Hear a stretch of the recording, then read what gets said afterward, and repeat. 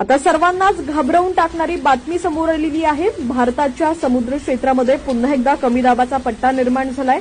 एक पश्चिमेकडे आणि दुसरे पूर्वीकडे असे दोन कमी दाबाचे पट्टे निर्माण झालेले आहेत। या कमी दाबाच्या पट्ट्यामुळे देशातील अनेक राज्यांमध्ये आता भारतीय हवामान विभागाकडून अतिमुसळधार पावसाचा इशारा देण्यात आलाय। या पार्श्वभूमीवर नागरिकांना सतर्कतेचा इशारा देण्यात आलेला आहे।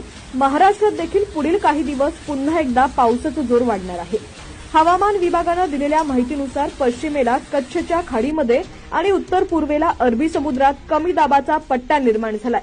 हा कमी दाबाचा पट्टा पुढील काही तासांमध्ये आणखी तीव्र होण्याची शक्यता आहे। तर दुसरीकडे बंगालच्या उपसागरात देखील कमी दाबाचा पट्टा निर्माण झालाय। याचा परिणाम म्हणून अनेक राज्यांमध्ये वाऱ्याच्या प्रचंड वेगासह अतिमुसळधार पावसाची शक्यता आहे। या काळात वाऱ्याचा वेग ताशी 55 ते 60 किलोमीटर इतका प्रचंड असणार आहे। हा कमी दाबाचा पट्टा पुढील काही तासांमध्ये अधिक तीव्र होण्याची शक्यता देखील हवामान विभागाकडून वर्तवण्यात आलेली आहे। त्यामुळे पुन्हा एकदा धोका वाढलेला आहे। अरबी समुद्र, कच्छची खाडी आणि बंगालच्या उपसागरात एकाच वेळी निर्माण झालेल्या कमी दाबाच्या पट्ट्यामुळे देश